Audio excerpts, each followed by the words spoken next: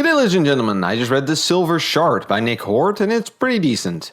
The story is a direct continuation of City of Secrets and once again sees Callus and Toll go on a quest to take down the evil Lord Vermeer.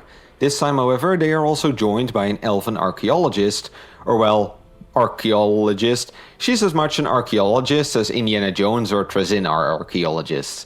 More an adventurer with a severe lack of respect for property law. Moreover, she is also in possession of a Shadespire soulstone, which contains the soul of the Realm Walker. This very originally named guy is an ancient explorer of the realms and frequently talks to the owner of the stone. Vermeer, meanwhile, is on a quest to obtain the mystical Silver Shard, a powerful Tzeentchian artifact of unlimited power, which of course he doesn't plan on using to fill the world with rainbows and puppies. The story is then pretty typical. Our merry band tries to stop the evil bad guy, and if you want to know if they can actually manage to beat him, then you'll have to read the book. I won't beat around the bush, this is fantasy pulp. It is enjoyable fantasy pulp, but it's pulp nonetheless. There are no complex themes or ideas, characters are either swashbucklers or cartoonishly evil, half the book is filled with combat or action scenes, and character development is not really a thing. On the other hand, Nick Horth is amazing at writing this pulp, in such a way that it does remain interesting and engaging. This is no book where you will find the same battlefield descriptions tossed at you over and over again, an issue which we see in many other Warhammer novels. Instead, we constantly see new environments, new factions, and new types of action. One moment it might be a naval ship boarding action, involving whirlwinds and krakens. The other moment it might be a close combat magic showdown. One moment they're fighting raiders, the next moment magical lizard folk. Things rarely feel repetitive, and because of the fast pace of the book, it never really gets boring either. Yes, this is pulp, so if you don't like that at all, then I suggest you move on to Fiervari, Tchaikovsky and the like. But if you want a fun book to read with a beer, then this is a blast. One thing I like a lot about this one over City of Secrets is how we also get a decent chunk of the story from the perspective of Vermeer himself. We learn that he has been greatly mutilated by Tzeentch after failing to take Excelsis. This haunts him greatly and he constantly covers up his face to hide it, yet it also gives him some Tzeentchian powers in return. He's a fun perspective, because while he is cartoonishly evil, he rarely acts like a cartoon villain. Instead, he speaks and acts more like a politician, while the struggles with his mutilation even make him a bit more relatable or empathetic. The other characters too are quite fun. The crazy, semi-suicidal elven pirate, Queen Zente, makes a return. The elven archaeologist is a badass, and her interactions with the Realm Walker work very well. The Caradron Overlord reminds me a bit of Dreki Flint, but then with even more questionable morals.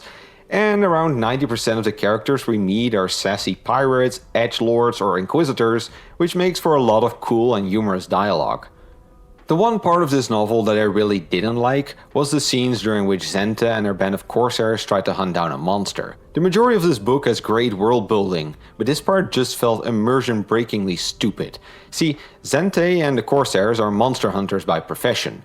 Their ship is built for it, their weapons specifically made for it, and even the ship is specifically equipped to kill sea monsters. Yet when they finally encounter a sea monster, the corsairs seem utterly incompetent. It's a minor spoiler maybe to say this, but the amount of damage and casualties they take is utterly ridiculous. There's no way that they do this regularly, the crew would be extinct after like 2 hunts. I get it, Zente is a crazy pirate and she does crazy stuff, and yes, being a Scourge Corsair is dangerous, but we have really sailed into the deep Grimderp territory in this part of the book. But to end on a positive note, I really like the portrayal of the Lizardmen in this book. These are a bunch of Starborn, so outside of the Slan they are basically just magical creatures casted into existence. First of all, it's just really cool to see these guys actually being in a novel, but I also greatly enjoyed how weird and enigmatic they are. They follow this millennia-spanning great plan and will do anything to fulfill it. No matter what they have to sacrifice or what they force others to sacrifice, the plan must be fulfilled. Also, the fact that these fat frogs refuse to talk and instead summon skinks to talk for them will never fail to make me laugh. So all in all, this book deserves somewhere between 3 and 4 stars in my opinion.